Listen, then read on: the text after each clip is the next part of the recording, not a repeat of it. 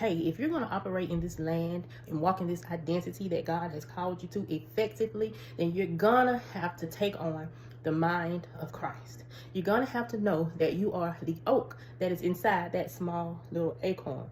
You're not the acorn. You're not a grasshopper. Remember in Numbers, when the 10 spies were sent over and only 2 came back with a positive report, it was Joshua and Caleb. You have to take on the same mindset as Joshua and Caleb. They said, I believe we can take them. I believe I can take my identity. I believe I can walk in this thing that God has called me to. I believe that I am the woman that God says I am in the word of God. In the word, Isaiah 61 says that you are a mighty oak, an oak of righteousness that has been planted by God to display his splendor. So as you can see, this is beneficial to the kingdom. When you put on the mind of Christ, when you begin to walk in what God has called you to, then that speaks to the kingdom. That speaks to the God that you serve.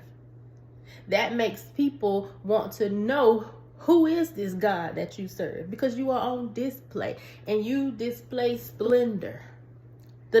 You display the splendor of God. Okay? You display his majesty. Okay? You are his jewel. So we have to begin to take on the mind of Christ. Read Isaiah 61 and just get it down in your spirit the way that God feels about you. Okay?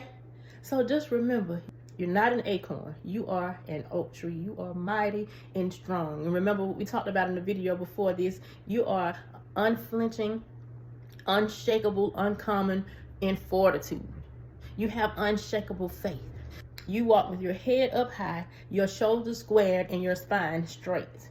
You walk in righteousness.